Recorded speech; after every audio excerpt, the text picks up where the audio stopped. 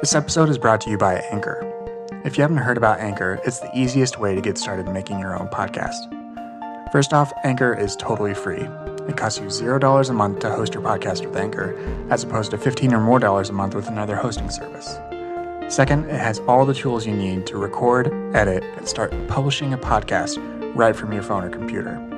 If you have an idea for a podcast, you can get started today with the equipment and skills you have right now, and the platform can grow with you as you learn to develop your craft.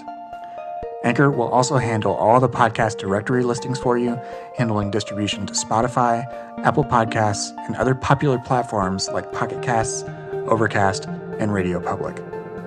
Finally, Anchor offers you the ability to start making money from your podcast right away with no minimum listenership requirements. That's a major bonus for independent podcasters like me. So if you have an idea for a podcast but aren't sure how to approach the technical side of things or how to monetize your show, give Anchor a try. Download the free Anchor app or go to anchor.fm to get started.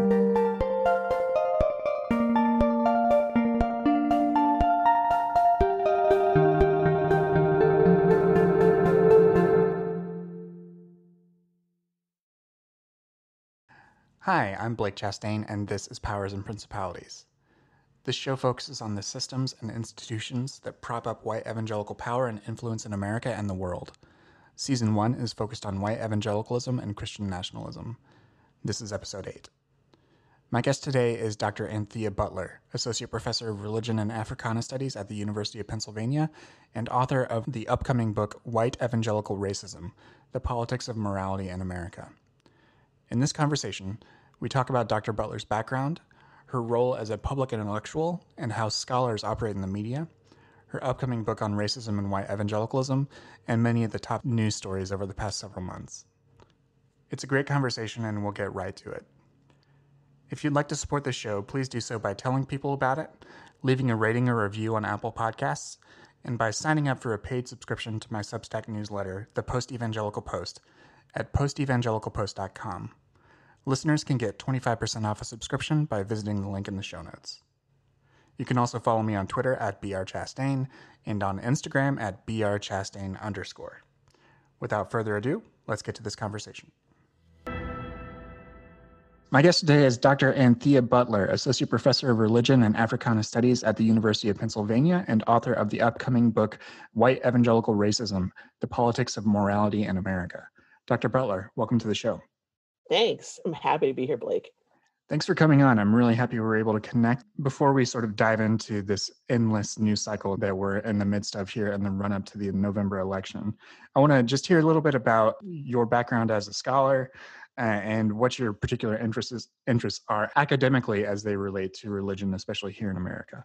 Yeah, this is interesting because I always try to figure out how I'm going to describe myself because it's sort of a conundrum. But I'm going to describe myself this way. I was trained as an African American religious history person, but also as an Americanist. Did my PhD at Vanderbilt, but my experience of evangelicalism was at Fuller Seminary, where I did a master's degree before doing my PhD. So that'll sort of set the tone for everything else. I started off like a regular academic. I started off, writing a history book. My first book was about African American women in the Church of God in Christ, which was Women in Church of God in Christ Making a Sanctified World. But then I started doing something else, and it actually happened with Katrina. And I started writing in the public, and I wrote a piece for The Revealer, which was run by Jeff Charlotte back then, which is a name that everybody probably knows. And I did a piece about finding versus looting. Basically, there was a thing about this white couple who were going into a store to get some bread during the flooding of Katrina. And then there was another picture of Black people going in the same store. They're like looting. And so I wrote this whole piece about, how America is awful. And then George Bush had been in front of the church with that stupid photo op that he did. A little bit like, Trump's photo op with the Bible, but except it was in New Orleans. And that kind of got me started on writing for public. And I wrote for Religion Dispatches for a long time, but then I started writing for other publications like The Guardian and, New York Times and stuff like that. And so I would probably say now that I am an academic, but I'm an academic who's interested in a public person. I really am somebody who's front facing with my scholarship to the public and not just the academy. Yeah. And I think that's probably the difference. So I've been writing a lot about, obviously, about race and religion and politics, and those are my interests, and that's especially the interest of this book that I have coming out this coming March. Right. What has your experience been in the last 15 years of occupying that sort of public intellectual space? It seems to be something that has sort of been lost within, at least within American media. I think maybe in other parts of the world, it still is Yeah. something that has been maintained, but it hasn't necessarily been so. It's really been interesting because I think, the advent of Twitter really helped a lot, but it also really hurt a lot because I got attacked a lot and all those kinds of things. I think that the Academy wants to do this, but they haven't been ready as much as they should have been. And now with, being locked up because of COVID and everything, now I think the Academy is realizing you have to reach out to the public, you have to be online, you've got to be, have a platform someplace. And so the things like you're doing with, podcasts, writing, blogging, whatever, Hmm. and I say blogging, but that's not really quite the whole thing that people are doing now. Obviously, I kind of put that back in the background a little bit. I think that it's really changed. And I think that, as long as COVID keeps going, we're going to have to think about new ways of being. And I really think that, not to pat myself on the back, but I'm going to say it this way. I was ahead of my time Hmm. and I paid a price for that. But I think I've been proven right in the long run that, that kind of public engagement alongside your scholarship is really important.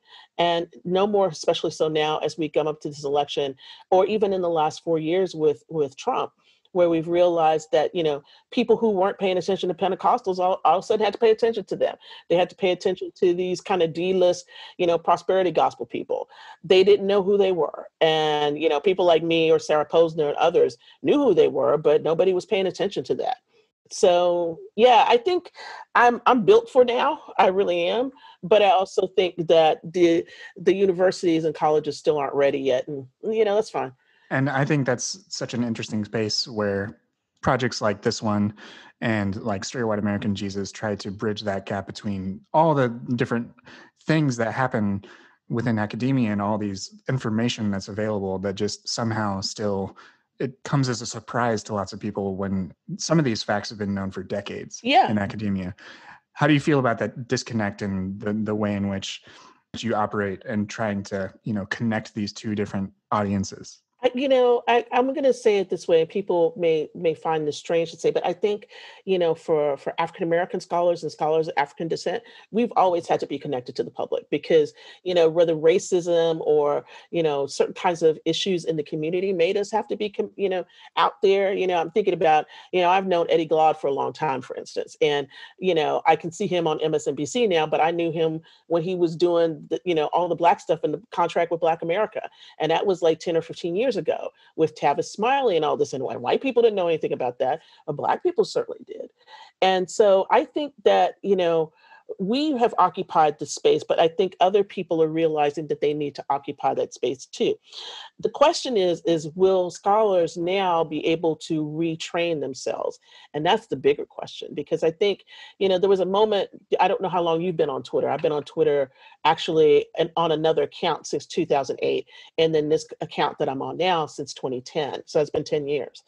And I think that, in 10 years, what I realized, it connected me to so many different people out in the news media that, I know, people who are writing for the New York Times or the Washington Post or the Guardian, or I know people at television stations. I mean, people call me for things. And I worked on that for a long time. And I think people see it as like, oh, I can just go do that and be easy. But I'm like, I've been doing this for 15 years. Hmm. And so now it's a different kind of ball game for the people who sort of expect that it's going to happen for them overnight, and it doesn't work that way. Yeah. One of the things that you said was these D-listers that had this outsized impact or unrealized impact on the 2016 election. Do you think that things like social media make that more possible? Oh, absolutely. Yeah. I mean, who knew about Daryl or I'm forgetting the guy that used to be there with him that opened up as an African American pastor who basically, was doing like TV shows and stuff. And then he pulled back and realized that it was like the small room with like maybe 5 people in it, you know, Hmm. and they had a good run at the beginning. Paula White, I mean, come on, who would have ever thought Paula White was going to be up there giving a prayer at the inauguration in 2017, right? But I mean, Paula White has known Trump since 2003, 2004, when she was kind of, in a weird place trying to recast her own sort of career that she had. And so I think the thing is that people just didn't realize all of these connections. And I'm picking on 2016, but I could go back to 2008 where people just didn't realize who Sarah Palin was. Hmm. They didn't get it. And so when you start looking at the ways in which the media missed the story and the academy actually missed the story too, because they didn't know how to tell it, or they weren't paying attention to those of us who were really talking about it, you can see how knowledge gets, locked up in these silos or doesn't get at all, or the people who have that knowledge don't get to be out front like they should be. Right. I remember seeing a take on Twitter. It was about QAnon and how policy wonks, policy media journalists Hmm. missed it. Tech reporters were the ones that sort of saw the influence. Yeah. I wanted to chime in. It was someone I never really interacted with, but the other people I wanted to chime in and say was like religion scholars could see this happening too. Yeah, we could see it too. I mean, because we were the ones who were saying, well, of course, if Trump is this cult-like figure, then of course he's going to draw people to him. And I'm thinking today just came out an article by Jeff Charlotte. I just I gave it to you. That was about QAnon because he's been watching, and going to some of the rallies before COVID and all of this. And so QAnon is just is a buildup to me of the cult-like status of Trump. And you have to have your hero, your the person who's out there in front has to have some kind of story around him. And QAnon gives Trump a story that is more than just, it's a supernatural story for Trump. It's a supernatural, conspiracy theory story, obviously, but it's a Mhm. supernatural story. Well, let's talk about your upcoming book for a few minutes too, before we dive into this again relentless news cycle that we find ourselves in. Could you talk a little bit about your book and what it's going to explore? Yeah, sure. Um, White Evangelical Racism is a story that I think that we've all sort of danced around, but we haven't really talked about. And that is the racism that is inherent in evangelicalism and how it shows up in whiteness. And the reason why I wanted to do this book was a couple of reasons. There were lots of pieces that came out since the Trump administration, and everybody trying to figure out why evangelicals for Donald Trump. He's the worst person. He doesn't have any morals. He doesn't have this. He doesn't have that. I'm like, that's not the question. The question really is that what makes this marriage work? And what makes the marriage work is that Donald Trump is a white supremacist and evangelicals like white supremacy. And that's kind of a harsh way to put it, but it's really true. And so one of the things that I wanted to do as a historian is to explore this, especially as an American religious historian for the 19th to 21st century. So the way that the book is set up is that this is a history, and we're not so much dealing with Trump, we're dealing with the history of evangelicalism, but in a very different way than looking at, Bevan Hill's Quadrilateral or Mark Knowles' history or Thomas Kidd's history or George Marsden's history or Grant Wacker's history. We're going to look at the history of race and evangelicalism. And that history is not a good one. And so I start up with slavery and talking about Christian justifications for slavery, missions, the participation of evangelicals in lynching. I talk about Billy Graham and Billy Graham's, racial issues because he has some. And I think that people tend to think of him as, oh, he just liked everybody. And I'm like, that's not true. And we go all the way through up to and right up to Donald Trump. And so this history looks at a couple of things. One is it's about racism, but it's also about the ways in which morality was used by evangelicals to promote a kind of racial ideal that is whiteness. And as I like to tell people, is I've spent time in evangelicalism myself. And one of the things that always stood out to me was that anybody who entered in had to really leave themselves at the door and become sort of take on a certain kind of whiteness, no matter what color you are, what kind of ethnicity you are. And that was always very troublesome to me because there were points in which you just couldn't really be yourself because you were expected to blend in. You were expected to behave a certain way. You were expected to sing a certain way. You were expected to vote a certain way, if we're talking about from the 80s forward. And so I think what the book does is really shed a light on that and actually really comes, I'm coming straight, as we would say, for the necks of everybody who's written these books about evangelicalism, who's sort of kind of not wanted to deal with race. I mean, I keep thinking about Francis Fitzgerald's book on evangelicalism, and there's not anything about race in it. I mean, this woman wrote over 500 pages. It's nothing about race. And I'm like, you would just think that evangelicals are nothing but white. And that is not the case. Mm. Somehow, even in 2020, these communities, evangelical communities, struggle to even come to terms with or acknowledge. When you went about writing this book, is that the type of audience that you're hoping to? Well, yeah, I hope they do read it. I do, but I wanted to also reach out to a broader audience and say, for the American public that's been trying to figure out, well, what the heck is it with these people anyway? That they would be able to see it in a different light and have something that was accessible to them and something that speaks to the political. Because I think what has happened is that evangelicals have been, intensely involved in politics, but when they write about themselves, they don't want to write about it that way. And I want to point to that and say, no, politics and race have been really important for you all. That's how you've gotten your power. It's how you've had your authority. And this is how you've upheld a certain kind of evangelical patriarchy and masculinity. And I think that's really important for people to see. And at the very end of the book, the conclusion, there's a little piece in there directed to evangelicals specifically. And I think it'll be interesting to see how people receive that. Right. And I'm not asking that just because I don't think that audience needs to be coddled or that sort of thing. Oh, I I'm mean, not they have. coddling them. Don't worry. They're going to be really angry at me. I promise you. Right. And I mean, that's the proper way to approach a group that has wielded so much power and done so much damage, even within this administration, let alone the history of racism that is still struggling to even be recognized within those communities themselves. Yeah. I mean, I think part of the issue for them is also this, the focus in on individualism. Racism is an individual sin. It's not a corporate sin. It's not structural sin. And so for them, you can say, well, if we talk about the racial reconciliation things of the 90s, we've already done that. We've already said we're sorry. We're the Southern Baptists. We've done all these statements. And the statements belie what actually happens in practice. And I think that it's really important. So when we saw all these people sort of amassing around Trump, over 80% of the voters in the 2016 election. And I imagine he's going to lose 10 points off of this election, but he's not going to lose that many because you're still going to have them voting for him. I mean, it's just appalling, honestly, to think about the ways in which they cling to this white Jesus, and this white Jesus sort of gives them the imprimatur to be able to continue to believe in someone who is less, who's not moral, who is, immoral, who's amoral, maybe even if we want to put it that way, and to continue to buy into certain kinds of things where they can, hide behind Jesus and say, well, I love everybody. No, you don't. You don't love everybody. You don't. Your behavior and your actions and the things that you believe in and that you put your trust and your money in do not, say that at all.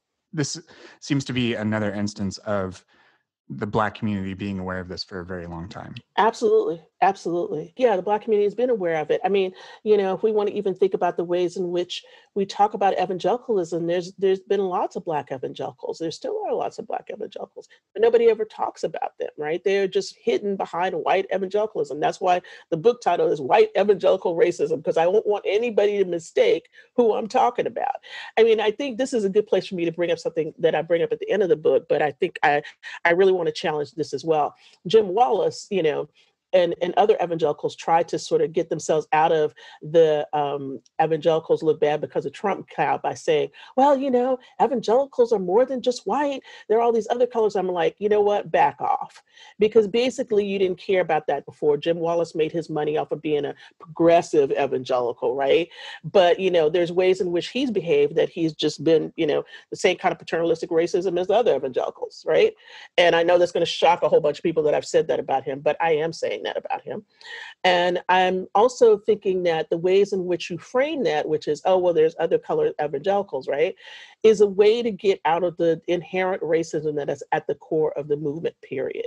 And I don't want anybody to get away from that. Right. And that is something that has been a deflection tactic for years for a lot of evangelicals who try to put a veneer of respectability upon the evangelical movement is that they often say, like Barna Research Group or something might say evangelical by belief, Yeah. or Lifeway Uh-huh. Research Group. Yeah.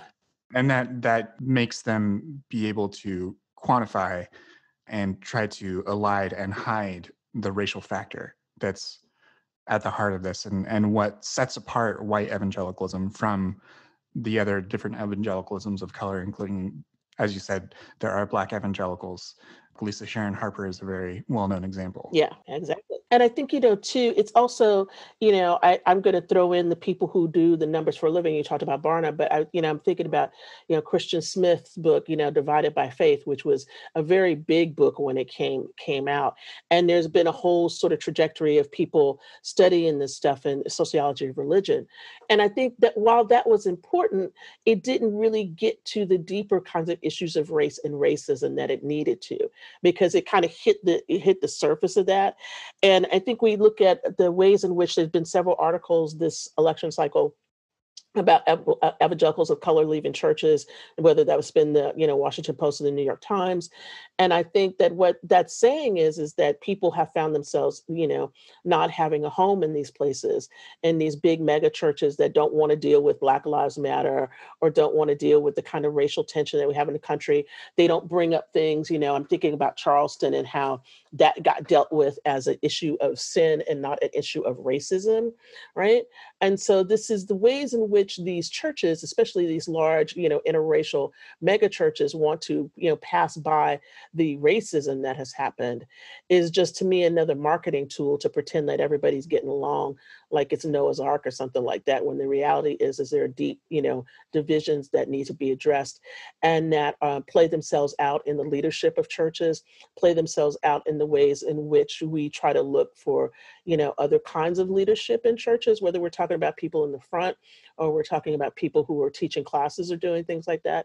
And the ways in which, there's a certain kind of expectation that evangelicals will vote politically for white male Protestants, basically, and not for anybody else. What are some examples of that you've seen from this last several months of the run up to the election, as well as the protests for racial justice and everything, where you've seen these sorts of dynamics at play, either in the pulpits, in the pews, or in our politics? Yeah. I mean, there was a great one where Lecrae met with Dan Cathy and Louis Giglio, and Giglio said, this is, the white people received the blessing of race of slavery, right? And that was like a huge thing. And I ended up having a little exchange with Lecrae on Twitter about it. And I think that for me is like a classic. You get Lecrae, who's the gospel singer, a rap guy, and you put him in between these two white dudes. And you already have set this up in a situation to where he's at a disadvantage, where he has to listen to two old white men talk about, I'm sorry about racism. And what do you think about this? And he has to go along with them, and he can't even say anything, or he tries to say something when the horrible thing is said, or the turd in the punch bowl got thrown, and that was it. And, of course, Dan Cathy just kind of slunk off into the background, and hopefully, is hoping that everybody will still buy nuggets and French fries. Right. But, the damage is done. Right. And I actually talk about this in the book. And I think that it's one of those kinds of situations. I mean, I can think about this recent a prayer thing that happened the same weekend that we had I would call it the Rose Garden Massacre, where everybody got sick and got coronavirus. And Franklin Graham and them are out there praying and all of this. And, several people, I'm trying to remember, Greg Laurie got coronavirus at that event. I haven't really tracked to see who else got it, but these events that, that have gathered around the president to kind of validate all the things that he's done for evangelicals, I see that as just another kind of slap in the face, and a sort of a assertion of how, look, he's a bad guy, but he's done all the stuff that we want him to do, and he's been really great about that. And we're praying for the nation because we just don't want Biden, who has all these terrible people around him, and Black Lives Matter to be overcome. And I think, when I look at things like this, and I see, the Black people who are complicit in this kind of stuff, I'm dismayed. I really am, because I just think that this is this is not what Christianity is for me. And I think that this sort of white, Americanist Christianity that is married to nationalism has destroyed the witness of all of these people, point blank. Yeah, it's hard to see people become complicit in this particular administration because it is so blatantly power hungry. But as your book illustrates, I'm sure like these sorts of things have always been problematic, Yeah. but they're just in our face all the time now. Yeah, exactly. I mean, if we take somebody like a Billy Graham, who, put himself up next to Eisenhower, to Nixon, to all of these other people that he got to. I mean, sort of you hear about him a little bit at the end saying, "I'm sorry that I did all of this."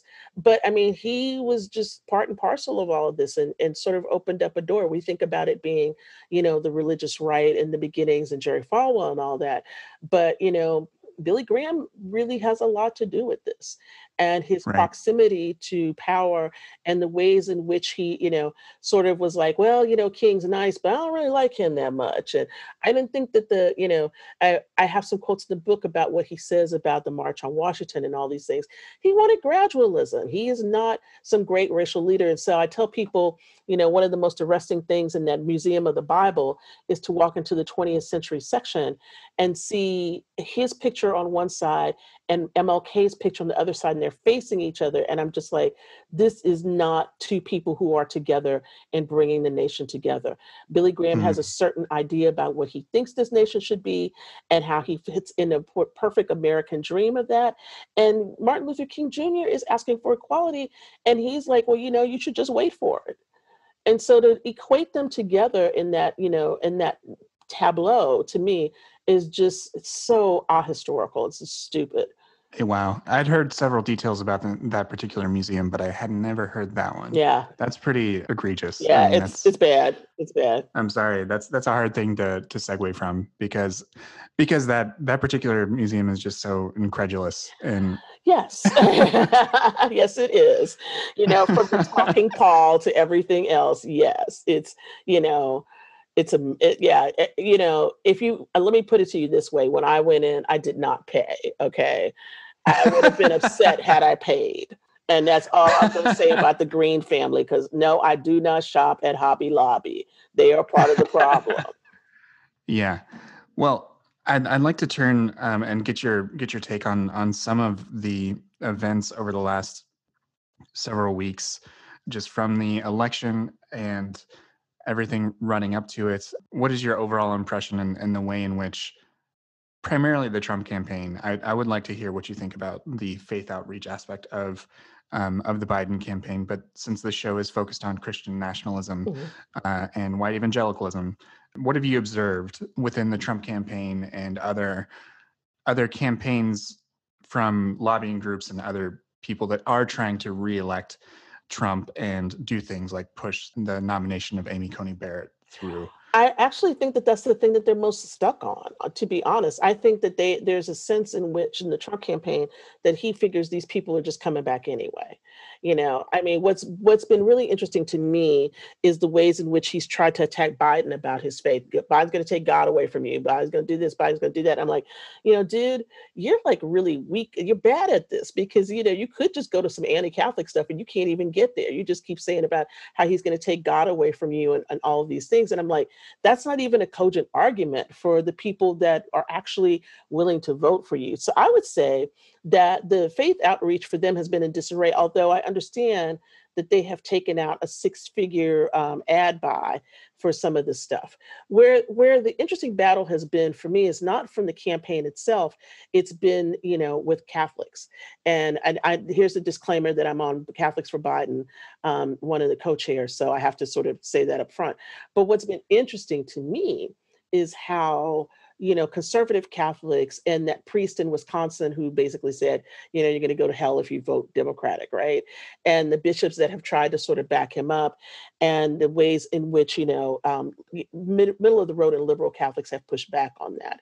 I think that's going to be one of the interesting groups to look at when they come out of the ballot box, after the election cycle, to see how that's happened. I feel like the rest of it's been business as usual. It's the Paula White stuff. It's all the people who showed up, in the Rose Garden for Amy Coney Barrett. Um, Republicans brought up her faith a lot more than Democrats did. Democrats really didn't bring it up at all and didn't touch it, which I think was the right thing to do. But I also think there's a sense in which Trump has lost his luster with all these people. And part of the reason why he's lost his luster is that he lost one of his biggest, people, and that was Jerry Falwell Jr. I mean, from, unzipping his fly and sort of hanging out, rather undecorously, let's put it like that, to all the stories that came out about him and his wife and the guy she was sleeping with. This has messed him up because, Jerry Falwell Jr. was a big surrogate for him. And not to have that voice is a mess. And Franklin Graham is not the same kind of surrogate for him. And that's what's really interesting for me. So I think, honestly, that's a big hole. Nobody's really talked about that. But I think it's a big hole in the campaign for Trump. That's interesting. Yeah, I mean, that feels like 15 years ago at this point. I know, right? 100. Just like, yeah, 100, honestly. I mean, how quickly the news cycle goes and how often we're just primed to digest and try to understand the news in front of us. But that, you're absolutely right. I mean, that was only August that he lost his perch at Liberty and all the things that he did there. And he was one of the earliest supporters of Trump and really helped to guide the evangelical voting bloc that direction. That's very true. What are your thoughts on people like Robert Jeffress or, as you said, Paula White and others? Do you think that they have the same type of sway that someone like Falwell did? No, I mean, I think they have sway in terms of where they are. Jeffress has sway because he's in Dallas, right? And he's going to need Texas. But Jeffress is, he's on Fox all the time. Paula White isn't on like that. But I do think the thing that Paula White has is she might have some inroads into, some of these Black, not big Black mega churches, but Black churches that are prosperity gospel churches. And so I think the people who tend to follow her, or people like Daryl Scott and others who have been, I call them the D list of pastors around Trump, right? They may get some traction in the communities that they're in. I know in Philadelphia, it's been maybe sometime during the summer, they sent a couple people over here to sort of do like some Black Republican outreach, in Northwest Philadelphia and everything. And I don't know how that went specifically, but I know that there was something that when some money was flowing, that was happening. And the thing that didn't come out very much about the Trump campaign, but I think it's really interesting, is that they were doing these events with people like Daryl Scott and others, and they were saying that, we're going to be in Atlanta, it's going to be Black Republicans, you can win $5,000 or whatever. It was like just going to basically a big giant raffle where they were trying to get Black people signed up and stuff. And those things really just crashed and burned. And I thought that was very interesting in terms of them trying to do outreach, because they never really have done outreach in Black churches and things. What they've tried to do is take Black pastors to bring them into that kind of realm. So I think that's been the interesting piece of this part of the campaign. I think the other thing about Trump right now in the campaign is that he doesn't, his problem is that he doesn't have enough surrogates. I mean, basically all his surrogates are either in jail or been discredited, right? And so he's having to use family and, for instance, he can't use the same people that he was using in 2016. And it's interesting that I have not seen the faith-based people out as much. And I'm wondering if that's on purpose or if that's a way in which they are sort of trying to start to distance themselves from Trump. Do you think that has to do with his mishandling of the coronavirus pandemic? Absolutely. When I think about the faith vote, or this particular type of faith vote that Trump is going after, evangelicals and others, I think of people like Sean Fucht, or however you say his name, who is doing these ridiculous worship protests is how he phrases it. They're Mhm. just super spreader events. Yeah, he's an And asshole. Can I just say that right here? If anybody yeah, knows him, please tell him that I said that, because I just think that this is the worst thing. You're out there jumping up and down and you're spreading the virus. And this is, I was going to say, this is good that you bring him up, Scott Fucht or whatever the hell his name is. It's good that you bring him up because I'm thinking about him. I'm thinking about John MacArthur in California, hmm the pastor who was in Louisiana. Um, one of these other people, Rodney Howard Brown, who got arrested at sort of during the beginning of the coronavirus because he was having services down in outside of Tampa. All of these people, they are of a piece, right? And I think that those are the kinds of people that we might see, sort of coming out, not coming out, explicitly for Trump, but are Trumpers because they don't believe that the virus exists and they don't want to wear masks, right? Or they don't want their liberties trampled upon and they still want to be able to have church services and everything, not realizing that singing is one of the biggest ways that you spread the virus. It's not that anybody doesn't want you to worship God. It's just that they would like you to stay alive and not to kill anybody else in the process. But this how do I say it? This reckless disregard, the hard-headedness, the thing of having that super spreader thing that Fuchs had. He had it in Nashville. He had one in Atlanta. Where people were jammed up in this little shed. It's a way to just thumb your nose at everything, but you don't pay until you end up being like Chris Christie in ICU for a week, and then you go, "Oh shoot, I should have worn a mask." right. Yeah. Yeah. It's incredibly disingenuous and incredibly dangerous and awful that he continues to just literally just fly around the country and do this Hmm. shit. He went to the protests at Portland Really? and did this too. Yeah. Well, Yeah, I he also too we have to say what this really is, right? Right? It's about money. mhm. I mean, most of the people who are doing this are doing it because if you don't have a regular church service, then you have to have a way to be able to do this. And Bethel Church, which Phil is part of, is has had a big outbreak at their church, at their school. And they had to close down. And so this manner in which they're doing it, it's like, oh shoot, the taps are turning off. We got to figure out a way to do this. Let me go out and just go spin around and I can take an offering and boom. So yeah, and he's a Republican. So there you go. Yep. I don't expect anything else different from this guy. I mean, it just disgusts me. I mean, it really does. I cannot believe that this is the way he thinks that he's going to, move the kingdom of God. All he's doing is moving some virus around the country. Exactly.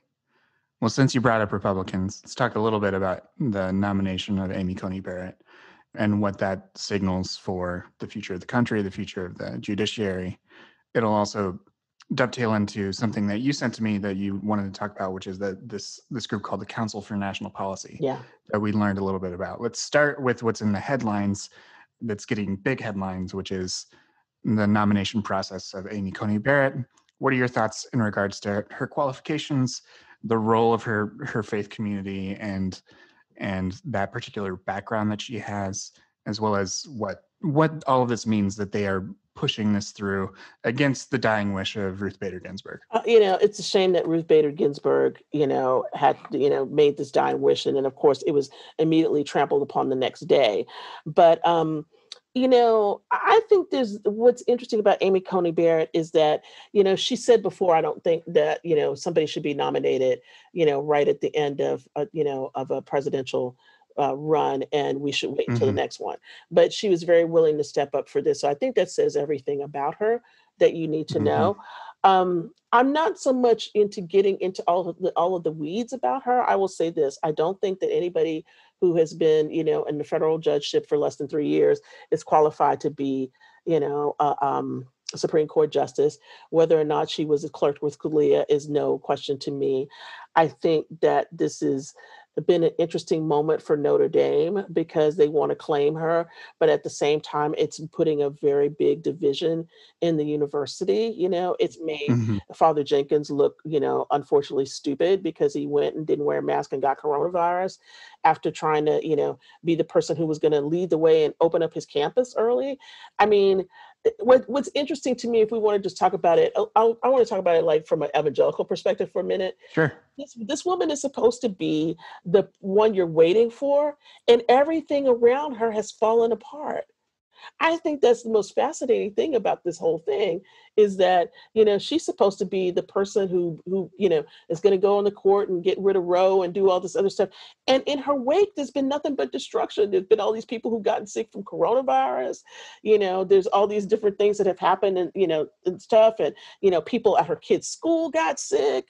I'm like looking and I'm going, this doesn't seem to me to be an auspicious beginning to your Supreme Court run at all. And Do you think that they would see some confirmation bias of, oh, this is just persecution, whether it's well, maybe, supernatural or yeah, and otherwise? yeah, of course that's You how know? you could read it, but I could also just read it Yeah. as maybe you ain't the one, but she's probably going to be the one, and that's the part of it. And I think the question for me is that the way she answered questions this week, she was vague, she was deliberate, she didn't know the 5 things about the Constitution, the 5 things that the Constitution protects. I'm like, why do we have this person up here? I mean, I don't get it. I don't understand why she's there, but I understand why she's there from this perspective of, this is, somebody that will be able to do what what conservatives want for the court. Okay. And I don't think that there's any question or mistake that she won't be down for Trump, won't be down for getting rid of all of these things. I'm personally appalled at the fact that the case that she weighed in on, that she basically said that it was okay to have somebody call you the N-word at work. I'm like, this is not somebody that I think that I can admire or look up to and would want to ever meet. After having somebody taking Ruth Bader Ginsburg's place, I'm just like, I'm not really that interested in you. And so I don't have a lot of, I have to say that I want to say this as nice as I possibly can. I don't think that she is the caliber of person that we need, but I think given the lowering of the bar in the last 4 years, that it's probably as good as it's going to get for somebody like Trump. Hmm. Well, I think that that says it all right there. That speaks volumes about the level to which we've sunk. Yeah. Yeah. I mean, I just think it is what it is moment, to quote him. And I don't expect anything else. And I think, the lament from Democrats and people who are liberals to think about all the things that could be lost. One of the things I would say about that, which you might be surprised about me saying, is that, Democrats did not pay attention to this. Obama did not do what he needed to do. He did not think about the court. He didn't think about the future. He didn't plan. He didn't prepare. Republicans are always thinking about the future. They have always been one step ahead. In this sense, they have done everything that they said that they were going to do. You have to admire that from a strategic standpoint, that this is what they've been gunning for the whole time and that they've been able to do it. And so, my hat's off to you in this sort of, Machiavellian way of, you stuck to the program and you did what you were supposed to do. And the problem is for liberals is that they can't really figure out how to do that. And that's really too bad. Yeah. That's a very good way to segue to this group called the Council for National Policy. Yes. Not much is known about them, but they have been around for decades, and they have been doing things like this long-term planning for conservative causes, including working to stack the judiciary, Yeah. fill the courts with conservative judges, and all manner of other policy Yeah. goals, and really making that a priority and seeing that through across administrations. Could you talk a little bit about this particular group and why this recent reporting by the Post Yeah. is so? It's important. It's important and scary. I'm not sure how to. Well, it's important, scary, and they've always Yeah. been there. And I think that, this was founded by Tim LaHaye. I mean, I think people should get that. You think about the Left Behind books, but, Tim LaHaye had his hands on a lot of stuff. And I mean, one of the things about this has been conservative activists, people like Ginny Thomas, wife of the Supreme Court Justice Clarence Thomas, and others who raise money all the time to support conservative causes. And there's people in bed with the Koch brothers and everybody else, they've been behind this push for the judges. They had a plan and they knew how to get this plan from the 80s. Okay. And so people haven't seen them because they kept a low profile. But these tapes that just came out kind of give you a sense of that. And one of the people that was there was Charlie Kirk, who was part of Turning Point USA, whose founder, who had actually the person who had the money behind it, whose name I'm going to forget, just died of coronavirus at the end of July, right about the same week that Herman Cain did. Charlie Oh, Kirk, wow. yeah, is over, Turning Point USA, which they try to attack professors and stuff all the time. And they've come after me before. But, it's the ways in which they've put this is sort of like a battle between, good and evil. They are doing the good to keep, this moral core of the country. But they were talked about in these tapes about actually ballot harvesting in churches by trying to get Black and Latino voters to give their, ballots up so that they can harvest them in the churches and make sure that those ballots don't get there. We're going to go to white evangelical churches, Hispanic and Asian churches, and collect the ballots. I'm saying what Ralph Reed said. And Ralph Reed, as we know, was around with Faith and Freedom Coalition and much earlier alongside Christian Coalition back in the early 90s. So this whole thing with Council for National Policy is really important, because if we're looking at what happens with Amy Coney Barrett, there's this group that's working behind the scenes to make sure that the door gets open for all of that, okay? And that the money that they're raising, this dark money, the worst thing that you could ever think that happened is not the thing that people think that happened. Everybody's worried about, Roe versus Wade falling and everything else. Between gutting the Voting Rights Act and Citizens United, those are the two things that the court has done. They're the worst. Because basically with Citizens United, that money got to be hidden.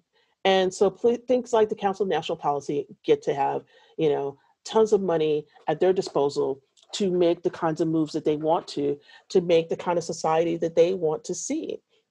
And that is still being run by, predominantly white men. So I think that we Right. need to start paying attention to organizations like this. They funnel a lot of money into groups like Focus on the Family or Family Research Council and others.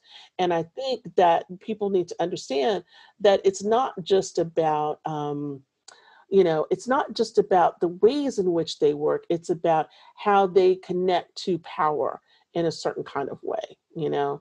So, yeah, I think that, this is something that needs to be on people's radar screen. Yeah. And how can we raise the profile of these sorts of stories? And when we've got, Savannah Guthrie yesterday being like telling Trump you can't be The crazy the uncle crazy on uncle, Twitter, yeah, and that's like, yeah, I and know, because that's the story that's gonna get all the traction, but, right. this is a big deal, so you gotta keep hammering it home. I think there needs to be, sort of follow-up stories that people write, especially if you are in, religion and politics. These are the kind of stories that we need to be thinking about, when a post story comes out like this, that whole story didn't come out, basically, we're not hearing all those tapes, we're not hearing everything. They just said, oh, we've got this, videos that were provided, of these meetings in February and 3 in August. I mean, when are they going to put these videos out? I want to see them.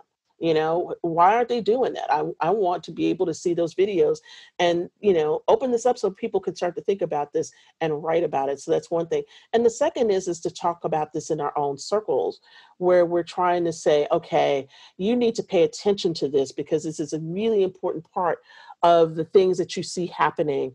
And if we can keep hammering home, like, the Council of National Policy is like at the foundational point for all of these kinds of issues and things that come out, and very powerful people who you don't see in the news every day are a part of that, then you can get to see the tentacles. And I'll use Jeff Charlotte's book, The Family, and the Netflix series as a way to think about, the connections between the National Prayer Breakfast and the family and the Council for Mhm. National Policy. All these people, same people across the board, right? And we need to realize that it's a web instead of just this sort of like, haphazard thing. And those webs were built back, from the 70s on forward. Right. Yeah, and I think that's the greatest lie evangelicals ever told, is that these networks don't exist. Yeah, no, they totally exist. They totally Yeah. exist.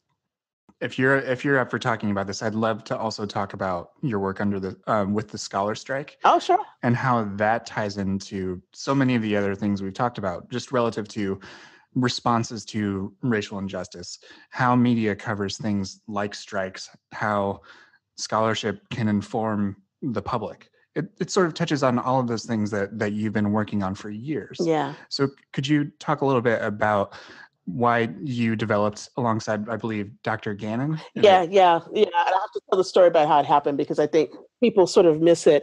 It was the night that the NBA decided to go on strike, and everybody was talking about it. And I sort of tweeted out, I'm like, "Well, if the basketball players can do it, why can't professors do it?" And people started writing back to me and saying, "Oh, that's great. Let's do this." And so Kevin Gannon said, "If you do something, I'll help you." And I was like, "Okay."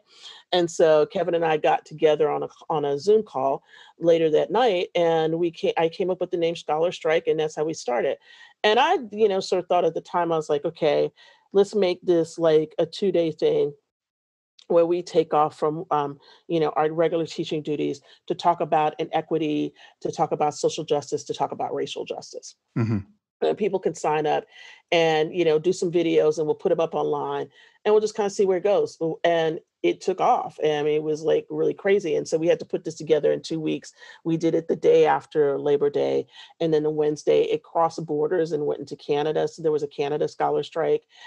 We have right now probably maybe a little over 50 videos that are up online on our YouTube page. We had a website, and we'll probably do some more things. It's just that, with the start of school and everything and this election cycle, we've kind of taken a little time to sort of step back and think about what we want to do next.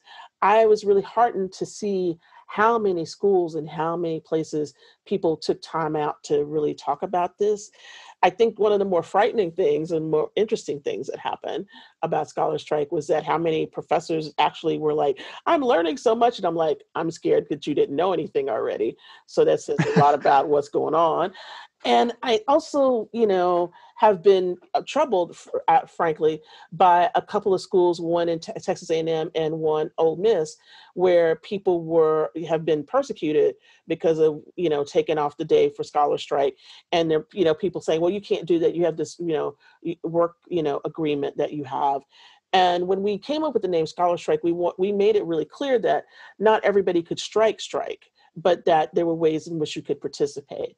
And I think this is another way in which we can see the universities, and in the case of Mississippi, this was not just the university, it was actually the state controller, getting on the person that they were coming after. Um, yeah, I mean, it was a lot of work, but it was really rewarding. And I think for me, it just dovetails into the kind of stuff that I've been working on with race and religion and everything else. To me, that was just another extension of it.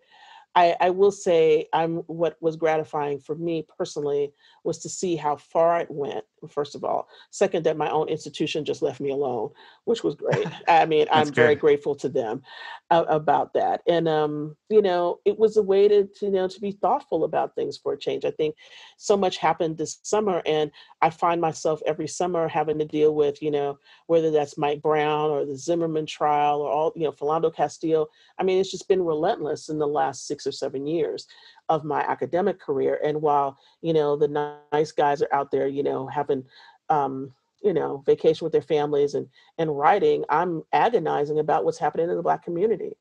And for me, because I teach all of this too, it's not separate from my academic life. It's my life, Yeah. and I have to think about it that way. Yeah. Speaking just as an observer, I'm very thankful that you're out there doing the work that you're doing, providing your personal experience as well as your academic expertise to these very relevant and timely questions, and publishing books and doing all you are in the media as well as everything through the scholar strike. And I really enjoyed being able to talk through just a little bit of what your upcoming work is, as well as helping just contextualize some of the things that are happening in the news for us today. Thank you so much for joining me. Where can people find you online? Where can they pre-order your book or anything Yeah. else you might want to mention here? Well, I'll tell you right now, you can find me on Twitter at Anthea Butler, very easy. You can find me on Facebook as I believe I'm Professor Anthea Butler on Facebook, my page. You can find me at antheabutler.com. And you can find the book. It's up on Amazon right now. It's not on UNC yet, but it's definitely up on Amazon. White Evangelical Racism, The Politics of Morality in America. And that'll be out on March 22nd on Ferris and Ferris Press. That's going to be a great book, and I will make sure to link it so people can begin to pre-order it, because that is not going to be one that anyone who's listening to this show will want to miss. Yeah, let's hope so. Dr. Butler, thank you so much for joining me today. Thanks so much, Blake.